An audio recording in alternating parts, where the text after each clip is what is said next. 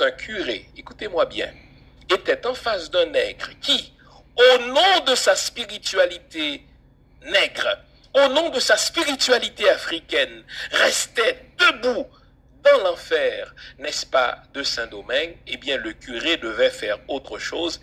Et là, je vais vous faire une autre citation du livre du père William Smart. Et quand on tombait sur un noir qui refusait de se laisser casser par l'esclavage au nom de sa spiritualité, voici ce que faisait le missionnaire. Et là, je vais citer le père Labatte lui-même. Le père Labatte était un missionnaire à Saint-Domingue. Il est père, il est prêtre. Voici, selon son propre témoignage, ce qu'il faisait aux esclaves lorsque ces derniers refusaient de renoncer à leur spiritualité. Le père Labatte en parle dans son livre « Nouveau voyage aux îles d'Amérique ». C'est lui-même, il est fier de ce qu'il va dire. Écoutez ce qu'il dit. « Je fis attacher le sorcier étant celui qui refuse de renoncer à sa spiritualité nègre. Je le fis attacher. Je lui fis distribuer 300 coups de fouet qui l'écorchèrent depuis les épaules jusqu'aux genoux. Je fis mettre le sorcier au fer, écoutez bien, après l'avoir fait laver avec une pimentade. Ça, c'est l'amour de Jésus. Ça, c'est le christianisme d'amour. Lorsque un esclave refusait de renoncer à sa spiritualité nègre, à son vaudou, le missionnaire avait des techniques pour l'obliger à accepter la religion de l'amour.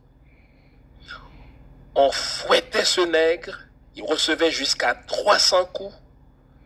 On l'attachait au fer, imaginez les blessures, imaginez le sang qui coule, et en plus on le faisait laver avec de la pimentade. Vous savez ce que c'est? On se servait du piment pour donner la leçon à cet esclave dont le seul crime était de s'attacher à sa spiritualité. Et ça va rester ainsi jusqu'en 1804. C'est-à-dire on va continuer à vouloir instruire le nègre dans la bonne religion de l'amour, en le faisant fouetter, en le faisant laver avec de la pimentade, jusqu'en 1804. Vous savez ce qui s'est passé en 1804. Haïti, qui est un phare, s'est mise debout, et c'est la première fois qu'un peuple non européen va vaincre une armée européenne, et on va dire non. Nous allons être un peuple libre, nous allons créer un État où tous ceux qui cherchent la liberté seront les bienvenus, et nous allons renoncer à tout jamais à cet état d'asservissement qu'on appelle l'esclavage. Le très grand historien afro-américain Ray Logan a dit que l'indépendance haïtienne, c'est un événement unique. Pourquoi? Il a utilisé 3 mots. Il dit, l'indépendance haïtienne, c'est une anomalie. Ça ne se fait pas. Ce n'est pas normal qu'un peuple noir vainque, n'est-ce pas, un peuple européen blanc. Ça ne se fait pas. C'est un défi. Il faudra répondre à cela. Et enfin, c'est une menace. Les peuples européens vont faire 3 choses. Du point de vue économique, ils vont étouffer Haïti. On va mettre un embargo. Haïti ne pourra pas commercer librement avec les autres pays. Des bateaux étaient, n'est-ce pas, étaient placés sur les mers pour empêcher qu'Haïti fasse commerce avec les autres. Ça, c'est le point de vue commercial.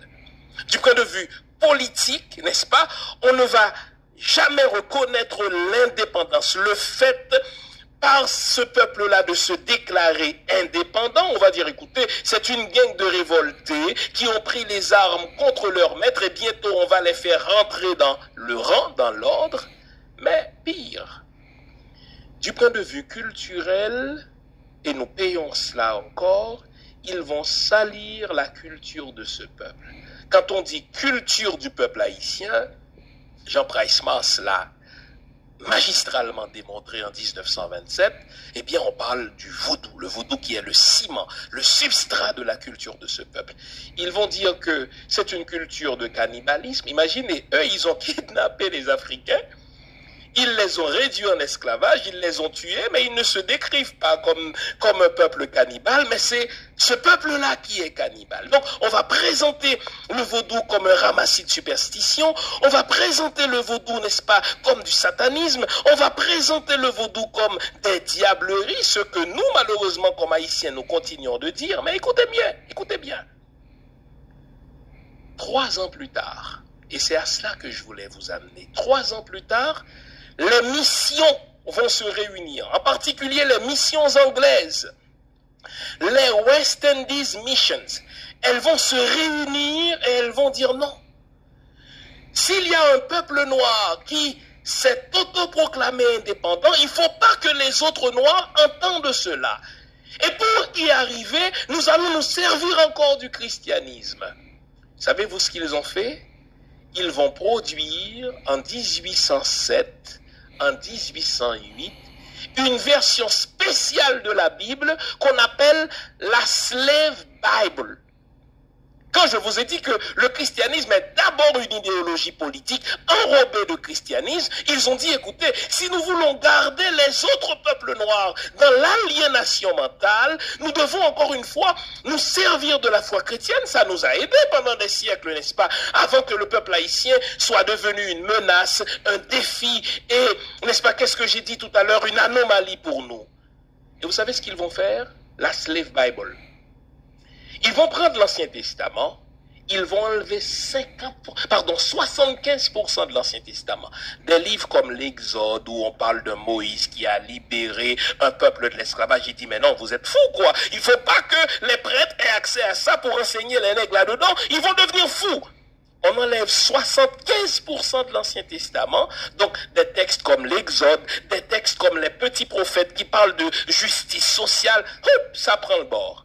Et ils vont enlever 50% du Nouveau Testament. Des textes du Nouveau Testament où, par exemple, où on dit en Jésus-Christ, il n'y a plus de maître ni esclave.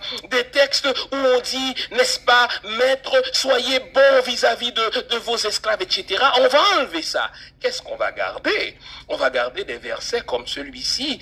Esclaves, obéissez à vos maîtres comme au Seigneur, et cela même en leur absence, afin que vous soyez bénis de votre Père qui est dans les cieux. Donc vous comprenez, les amis, que si vous prenez le temps d'étudier l'histoire de la religion chrétienne, comme moi je l'ai fait, il est impossible qu'en tant que noir, descendant d'esclaves, vous vous définissiez encore comme chrétien. En fait, c'est une insulte à vos ancêtres. J'ai déjà dit à ce micro, un noir, un Africain, un Antillais, descendant d'esclaves et chrétien, soit par ignorance de son histoire, nous ne sommes pas tous férus d'histoire, soit par aliénation, on nous a aliénés, moi-même j'étais dedans, ou alors tout simplement par hébétude. Je veux éviter le mot imbécilité, parce que si on connaît l'histoire du christianisme, on ne peut pas, en tant qu'Africain, ou descendant d'Africains, ou Antillais, ou descendant de peuples antillais, continuer à se définir comme chrétien quand le christianisme a toujours été une idéologie politique pour nous aliéner. Et lorsque le peuple haïtien s'est déclaré indépendant, les missions se sont réunies pour dire non, il nous faut répondre à cette menace, à ce défi et à cette anomalie. Comment vont-ils faire? Ils vont passer la main sur la Bible pour nous donner une Bible aseptisée, une Bible pour les négriailles, n'est-ce pas? Parce qu'ils se sont dit, nous sommes tellement naturellement portés vers la croyance, c'est aussi par la croyance que nous devons vous maintenir dans l'aliénation mentale.